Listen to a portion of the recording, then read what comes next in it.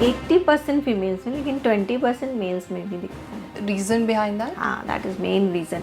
देखिए फीमेल्स में ज़्यादा दिख रहा है। हाँ। तो डेफिनेटली हार्मोन इम्बैलेंस।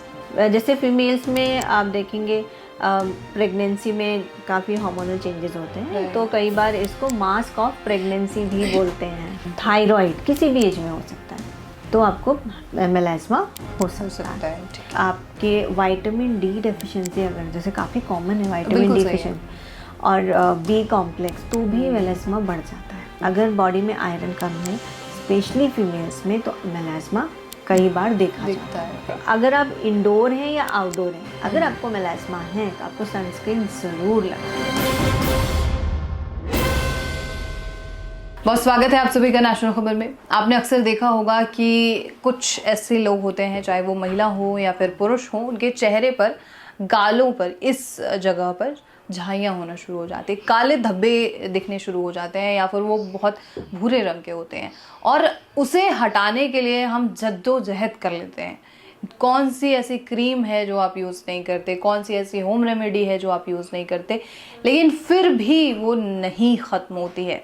उसे मेलास्मा कहते हैं। और मेलास्मा को ख़त्म कैसे किया जाए, हटाया किस तरीके से जा सकता है, वो क्यों होता है, इस बारे में जानेंगे। और अगर आप एक प्रेग्नेंट लेडी हैं तो आपको ये देखना एपिसोड ज़रूरी है। और इस एपिसोड को शुरू करते हैं, और हमारे साथ अभी मौजूद हैं हमारी एक्सपर्ट डॉक्टर चंचल। बहुत स्वागत है मैम आपका। आपका भी Pragya, la famous derma skin hair and laser clinic में स्वागत है। Thank you so much. और आप जो है, आपके चेहरे पे वो नहीं है अभी, क्योंकि वो आप प्रॉपर आप अपना ख्याल रख रहे हैं।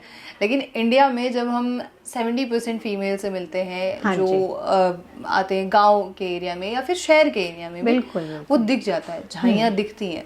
मेलास्मा है क्या, पहले ये इसी कॉन्सेप्ट को हम समझते हैं। देखिए मेलास्मा एक प्रकार का पिगमेंटेशन प्रॉब्लम ही है स्किन का, लेकिन ये कॉस्मेटिकली दिखता है। बिल्कुल सही। कोई इचिंग नहीं है, बर्निंग नहीं है, कुछ भी नहीं, nothing, but it's asymptomatic collection of the melanin, okay, on the upper skin, epidermis dermis दोनों पे। और डिस्ट्रीब्यूशन मेनली कहाँ पर होता है? फेस पे, ओके। कैसे दिखता है? या तो वो छोटे छोटे फ्रेकल्स टाइप दिखते हैं, लेकिन नहीं, अलग, फ्रेकल से अलग, क्योंकि इसमें क्या होता है, एक बॉर्डर आप अलग से दिखता है, राइट। फेस पे कहाँ पर? चीक्स पे, नोज पे, फोरहेड पे, बिल्कुल, कई बार अपर लिप पे। सो जो पिगमेंटेशन है इसमें कोऑर्डिनेट, मतलब कॉन्फ्लुएंट हो जाते हैं। पिगमेंटेशन एक वर्ड है, और इस पिगमेंटेशन को जो आपके फेस पे, and it is different from other pigmentation, okay, because it's asymptomatic. और एकदम से आपके फेस पे दिखेगा कि कुछ पिगमेंटेशन थोड़ा थोड़ा आ रहा है, और ये पैचेस में आता है। सो दैट पिगमेंटेशन, उसको हम मेलास्मा बोलते हैं। ओके। ये जो नॉर्मल पिगमेंटेशन होता है उससे अलग है कुछ? It's a type of pigmentation. Okay. One, because pigmentation का टैनिंग भी एक पिगमेंटेशन है, एज स्पॉट्स, फ्रेकल्स भी एक पिगमेंटेशन है, राइट, ठीक है ना। एंड कई बार स्किन प्रॉब्लम इस तरह की होती है, जैसे लाइकन प्लैनस पिगमेंटोसिस, या फिर कई बार कोई सी ड्रग की अगर एलर्जी हो जाए तो वो भी पिगमेंटेशन, ब्लैक स्पॉट्स हो जाता है। कोई इन्फेक्शन हो जाए तो भी ब्लैक स्पॉट्स हो जाता है। तो देखिए पिगमेंटेशन के बहुत रीजंस हैं, and it is one of the type of pigmentation, क्योंकि इसमें हमें क्या दिख रहा है? Brown patches. बिल्कुल सही है। ब्राउन कहीं भी दिखेगा तो हम उसको पिगमेंट बोलेंगे, लेकिन ये पिगमेंट अलग तरह से आता है, एंड ज़्यादातर फेस पे दिखता है। और इस पिगमेंटेशन को हम मेलास्मा कहते हैं। अक्सर हम फीमेल्स में इसे देखते हैं। बिल्कुल। तो क्या ये सिर्फ फीमेल्स में ही होता है? नहीं। यस, 80% फीमेल्स में, लेकिन 20% मेल्स में भी दिखता है। Reason behind that? हाँ, दैट इज मेन रीजन। देखिए फीमेल्स में ज्यादा दिख रहा है। हाँ। तो डेफिनेटली हार्मोन इम्बैलेंस कहीं ना कहीं इसमें रिलेटेड है। So first and foremost cause is hormone, okay. Hormone, जैसे फीमेल्स में आप देखेंगे प्रेगनेंसी में काफ़ी हार्मोनल चेंजेस होते हैं, तो कई बार इसको मास्क ऑफ प्रेगनेंसी भी बोलते हैं। ओके, बिकॉज बहुत कॉमनली दिखता है वहाँ पर। मतलब यू सेइंग कि ये प्रेगनेंसी के दौरान ज़्यादा बढ़ सकता है। और मास्क ऑफ प्रेगनेंसी, एक मास्क बन गया है, मास्क ऑफ प्रेगनेंसी। क्या कैसे मैंने बोला था, नोज में, चीक्स में ऐसे आता है right mask of pregnancy. Second कई बार मीनोपॉज में भी होता है, जैसे कि उसमें भी वहाँ पर काफ़ी हार्मोनल चेंज हो रहे हैं, तो मीनोपॉज पे भी आप कई बार, और बिफोर मीनोपॉज भी पेशेंट को कई बार डेवलप होता है। हो सकता है, राइट। दिस थायराइड, अगर आपको पीसीओएस ना, पीसीओएस यंग गर्ल्स को भी होता है, बिल्कुल है ना, ऐसी बात नहीं, तो वहाँ पर भी यंग गर्ल्स को भी फिर दिखता है अगर उनको पीसीओएस की प्रॉब्लम है। थायराइड किसी भी एज में हो सकता है, तो आपको मेलास्मा हो सकता है। ठीक है। So these are the cause on females which we have. अगर जैसे आपने बोला मेल में, तो सेकेंड एनिमी है sun exposure. First is hormonal cause, second is sun exposure. अब सन एक्सपोजर तो मेल में भी है, और आई थिंक मेल में ज़्यादा है, बिल्कुल ज़्यादा है। तो मेल्स में इसलिए एक्सेसिव सन एक्सपोजर के कारण ज़्यादा दिखता है। ओके, क्योंकि थायराइड हो तो उसमें एग्रीवेट कर सकता है। ठीक है, so second main cause is sun exposure. Okay. Third, जैसे हम हमेशा बोलते हैं कि आपके विटामिन डी डेफिशिएंसी, अगर जैसे काफ़ी कॉमन है विटामिन डी डेफिशिएंसी और बी कॉम्प्लेक्स, तो भी मेलास्मा बढ़ जाता है।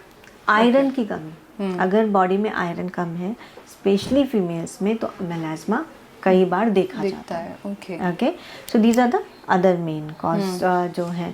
फिर आप मेकअप कर रहे हैं और आपका मेकअप आपको सूट नहीं कर रहा, इरिटेशन है, या फिर तो भी कई बार मेलास्मा डेवलप हो जाता है because of the excessive makeup which is irritating your skin. Okay, so अगर स्किन में उसमें प्रॉब्लम आ रही है, तो कई बार वो पिगमेंटेशन छोड़ जाता है। ओके, सही। So these are the different cause of melasma. There are many others. Your makeup, your sun exposure, right? hormonal, vitamin deficiencies. So these are the multiple cause of the this pigmentation which is developing here. बिल्कुल। और genetic भी होता है। अच्छा, मतलब अगर आपके mother या अगर आपको मदर को है, तो आपको पिगमेंटेशन होने के चांसेस ज़्यादा हैं, 50% as compare to person who don't have the family history. ठीक है। इसको पहचाना कैसे जा सकता है, क्योंकि बहुत लास्ट स्टेज में जाके वो क्योंकि दिखने लग जाता है, तो लोग बहुत सारी क्रीम्स यूज करते हैं, अलग अलग तरीके के यूज करते हैं। ठीक है, जैसे मेलास्मा के ना टाइप्स हैं। अगर एपिडर्मल, जब एपिडर्मल होता है तो वो ब्राउन करके पैचेस ऐसे दिखते हैं फेस पे। ओके, लेकिन अगर वो थोड़ा सा लंबे समय तक आपने जैसे रहा, तो कई बार वो डर्मल हो जाता है, तो वो ब्राउन ना देके ब्लूइश कलर का भी दिखता है ना, brown blue, dark brown bluish colour. और एक होता है मिक्स में ब्राउन और ब्लू दोनों का मिक्स होता है। सो जो एपिडर्मल है वो ऐसे दिखता है जैसे एकदम से अलग से पैच आएगा, या तो चीक्स पे आ जाएगा, या फोरहेड पे आ जाएगा, नोज पे आ जाएगा, कई बार अपर लिप्स पे आ जाता है, कई बार मैंडिबल पे भी आ जाता है। एंड सिर्फ फेस पे ही नहीं आता, कई बार नेक, बैक, हैंड पे भी देखा जाता है, जिसको एक्स्ट्रा फेशियल मेलास्मा बोलते हैं, मतलब फेस के अदर। सो बहुत पर्टिकुलरली आप देख सकते हैं कि कोई प्रॉब्लम नहीं है इस पेशेंट को, बट एक अलग सा पैच दिखने लगा है, और वो विद टाइम बढ़ने लगता है। पेशेंट बहुत सारी होम रेमेडीज करते हैं, बट बिल्कुल भी वो नहीं चाहता है।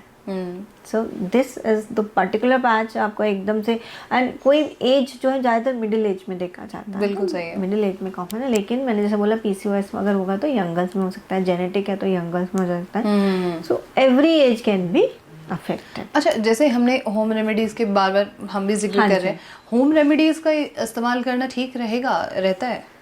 कुछ हद तक कम हो जाता है। जैसे मैंने बोला इसके कंपोनेंट हैं एपिडर्मल, डर्मल और मिक्स। अगर एपिडर्मल है और आपने, कई पेशेंट बोलते हैं उन्होंने आलू लगा लिया या एलोवेरा लगा लिया, तो क्या होता है एपिडर्मल एक्सफोलिएशन हो गया तो वो लाइट दिखेगा, लेकिन फिर वापस से वो रिकरेंस होगा।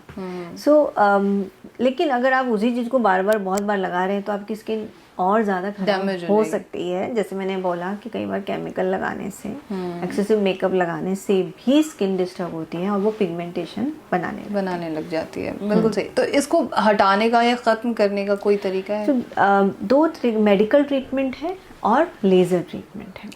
Okay end of course the dietary factors, lifestyle modification. तो अगर स्मोकिंग, अल्कोहल और गुड बैलेंस डाइट, पहले तो आपको ये कैटर करना है, क्योंकि हार्मोन आपके कई बार आपके लाइफस्टाइल पे डिपेंड करते हैं। ठीक है। सेकंड, थर्ड रहेगा आपका कोई हार्मोन प्रॉब्लम है।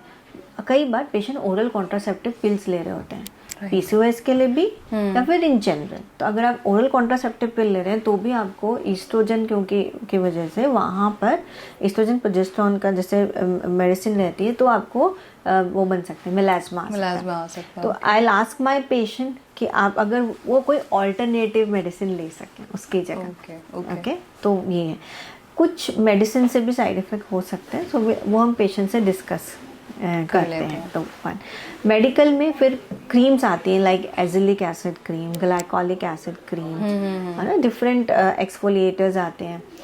कई बार पेशेंट रेटिनॉल लगाते हैं बट थोड़े से वो स्किन को सेंसिटिव भी कर सकता है।